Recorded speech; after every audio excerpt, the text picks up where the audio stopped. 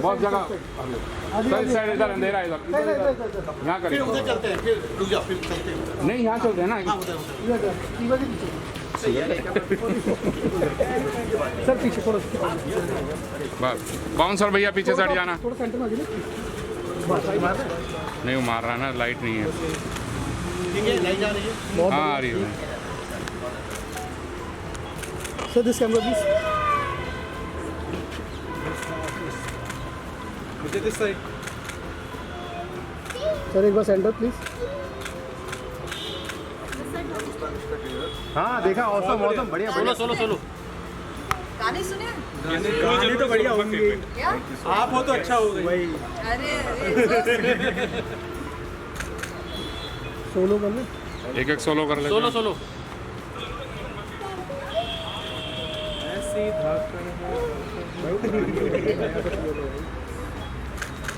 मेरे दंगल फेवरेट नहीं। ये भी देख लो, ये भी बन जाएगी। शायरी अच्छी अच्छी होगी।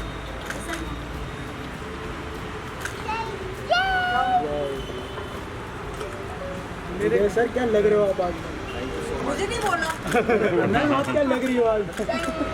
मेरे गली वेट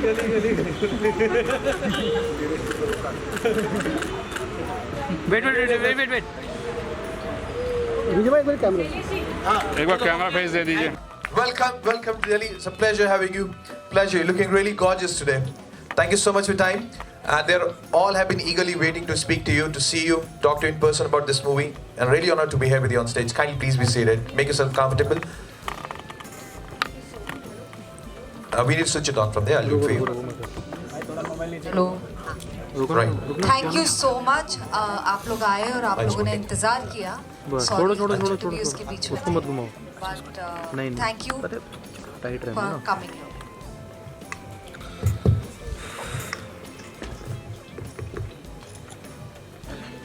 ओके तो आप लोग पूछने से पहले मैं ही पूछ लेता हूँ क्योंकि इस वक्त मुझे मौका मिलेगा नहीं। दिल्ली से आप लोगों का लगाव बहुत है, इनफैक्ट शूटिंग में ही। तो दिल्ली से क्या यादें जुड़ी हैं आपकी? तो बहुत सारी हैं और काफ़ी कुछ पढ़ा भी है आपके और इंटरव्यूज भी देखे हमने दिल्ली से। कुछ ऐसी यादें जो आज इस मूवी को शूट करते हुए आपकी है ना यादें ताज़ा तरीन हो गया, दिल्ली में ये किया था, ये तो मैं नेचुरली मूवी में करूँगा ही करूँगा। मेरा इस फिल्म का जो पहले दिन का शूट था, क्या नीचे करना है उनको थोड़ा सा, इनको सर आप कंटिन्यू करिए। सॉरी। हाँ तो गुस्ताख इश्क का जो पहला दिन का शूट था मेरा, वो दिल्ली, पुरानी दिल्ली में ही हुआ था जी। और कुछ 5 दिन का स्केड्यूल था उसका जी। और पहली बार जनवरी की दिल्ली की कड़ाके की ठंड मैंने महसूस की थी और सच बता रहा हूँ मौत आ गई थी। फिर मनीष मल्होत्रा के ऑफिस से आए खतरनाक थर्मल्स अंदर तक जो गर्मी दे सके जी। उसके बाद सांस में सांस आई और काम हुआ और इतने भारी भरकम शेरो शायरी मुझे करनी थी इसमें।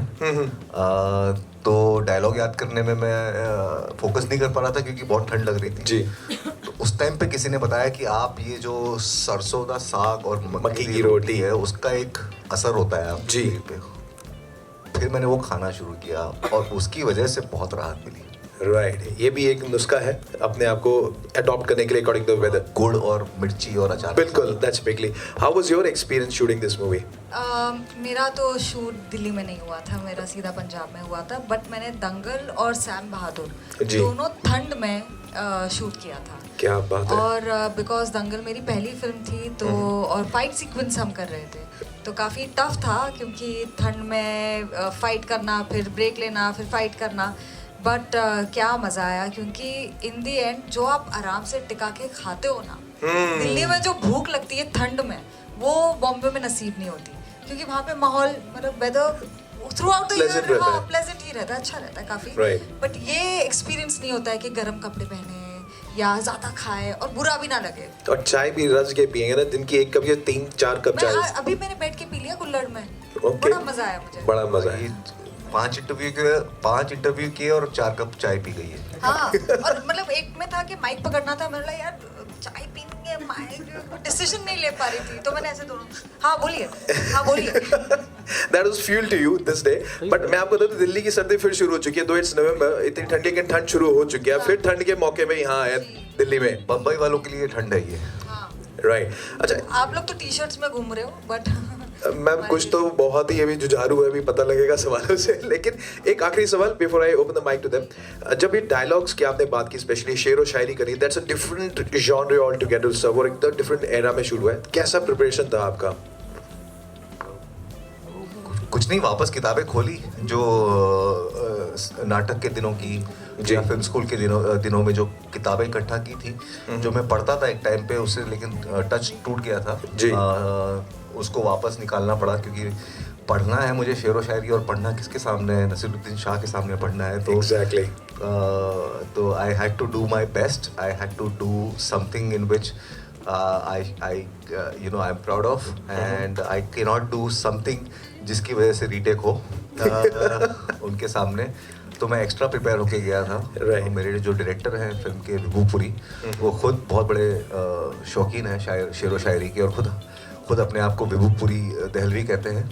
वाह। तो खुद का उनका तखल्लुस है और खुद लिखते भी हैं। इस फिल्म में कुछ शेर उनके खुद के लिखे हुए हैं जो मैंने बोले हैं या नसीर सर ने बोले हैं। तो मुझे बड़ा मज़ा आया। गुलजार साहब की किताबें निकाली, मिर्ज़ा गालिब पढ़ा, इकबाल, मीर, ताकि मीर, जितने भी महान शायर रहे, और हमारे फिल्म के स्क्रिप्ट में जितने शेर थे वो सारे मैंने रटना शुरू कर दिए। क्या बात है। मैं आपसे पूछना चाहूँगा, जब आपने सुना टाइटल गुस्ताख इश्क, कुछ पहले जैसा क्या थॉट था? पहला थॉट क्या था दिमाग में? यार कुछ पहला जैसा mean something is being repeated but in a new different manner, और it's gonna be same old soul side story? जब भी स्क्रिप्ट आई थी तब इसका नाम गुस्ताख इश्क नहीं था, उलझुलुल इश्क था। क्या बात है। ये जो हमारी फिल्म का गाना है जी। तो वो था, बट वो इतना उलझुलुल सा था नाम कि मेरे को उसको लगा कि गुस्ताख इश्क ज़्यादा रिलेटेबल है और बहुत ही जल्दी से समझ में आएगा। Right. बट इतनी वो उलझुलुल इश्क सबको पसंद आया गाना, और इतनी आसानी से चिपक भी गया है। सो ये कहानी है। कुछ पहले जैसा तो स्क्रिप्ट में लिखा हुआ था। कहानी में बेसिकली ये है कि प्यार ना बहुत आराम से होता है, शिद्दत से होता है, टिका के हो रहा है, और सिर्फ दो लोगों के बीच में नहीं है, दुनिया के साथ होती है। शेर व शायरी, पोइट्री, इनकी और नसीर जी की जो दोस्ती है उसमें भी बहुत बहुत प्यार है। तो वो जो दुनिया है वो है ही अलग, वो आज की दुनिया है। That's true कि ना शागिर्द बनने आए थे और उसका शेर भी सुना। एक शेर हो जाए इससे पहले, मैं सीरियसली अब मैं और नहीं कहूँगा, ये सब सवाल पूछेंगे। एक शेर आपसे भी सुनना चाहूँगा जो आपका फेवरेट है इस मूवी से। फेवरेट इस मूवी से ठीक है, जो ट्रेलर में है वो तो आपने सुन लिए। कुछ ट्रेलर के बाहर का सुनाता हूँ। जी बिल्कुल, विल बी लविंग। तो अर्ज किया है, इरशाद। जीस्त के पेच व खम, जीस्त मतलब जिंदगी, पेच व खम मतलब उतार चढ़ाव या टेढ़े मेढ़े रास्ते। जी। जीस्त के पेच व खम, ये गम उफ कम नहीं होते। जीस्त के पेच व खम, ये गम हाय कम नहीं होते। वो तो हो जाते हैं वो, हम नहीं। हाय हाय, क्या गहराई है, क्या गहराई है। एक बार जोरदार तालियां बनती है। एक बार मायने रखते हैं, और किस शिद्दत के साथ ने बोला, किस फील के साथ, और ये कहीं ना कहीं आपकी जिंदगी से भी ताल्लुकात रखते हैं लफ्ज जो है इसके अंदर। मेरे ख्याल से हर शेर व शायरी का हर इंसान की जिंदगी से कोई तारुफ होता है जी, क्योंकि शेर वो बात बोलता है जो प्रोज नहीं कह सकता। राइट। वो बहुत बड़ी चीज को बहुत सरल तरीके से पहुंचा देता है।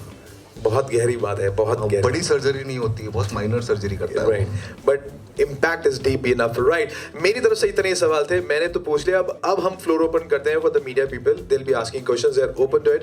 एंड शैलेश जी, आप हाथ ऊपर करेंगे, माइक आ जाएगा आपके पास, और फिर आप सवाल पूछ सकते हैं। जी राजू, हाँ इधर देना, इधर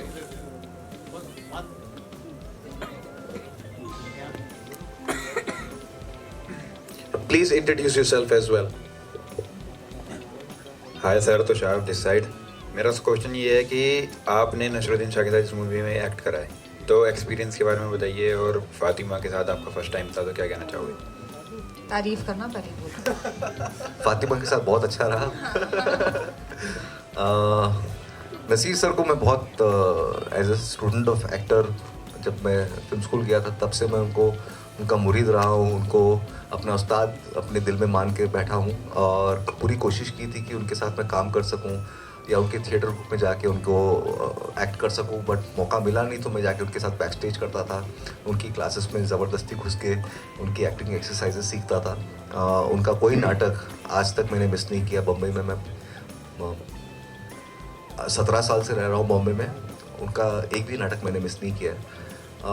वो अपने आप में एक इंस्टीट्यूशन है, एक स्कूल है एक्टिंग की, और उनकी सबसे बड़ी जो क्वालिटी है मुझे वो लगती है कि वो आज भी स्टूडेंट ऑफ एक्टिंग है। इतने तजुर्बेकार होकर, इतने जानकार होकर, इतना काम करके भी आज भी वो एक स्टूडेंट है एक्टिंग के, और आज भी लोगों को एक्टिंग सिखाते हैं, आज भी जुड़े हुए हैं, आज भी क्लासेस करते हैं, आज भी वर्कशॉप्स करते हैं, आज भी नाटक करते हैं, आज भी फिल्में करते हैं, और इतनी सरल तरीके से करते हैं। तो मेरे लिए एक ख़जाना था, एक मौका था कि मैं उनके साथ समय बिता सकूं।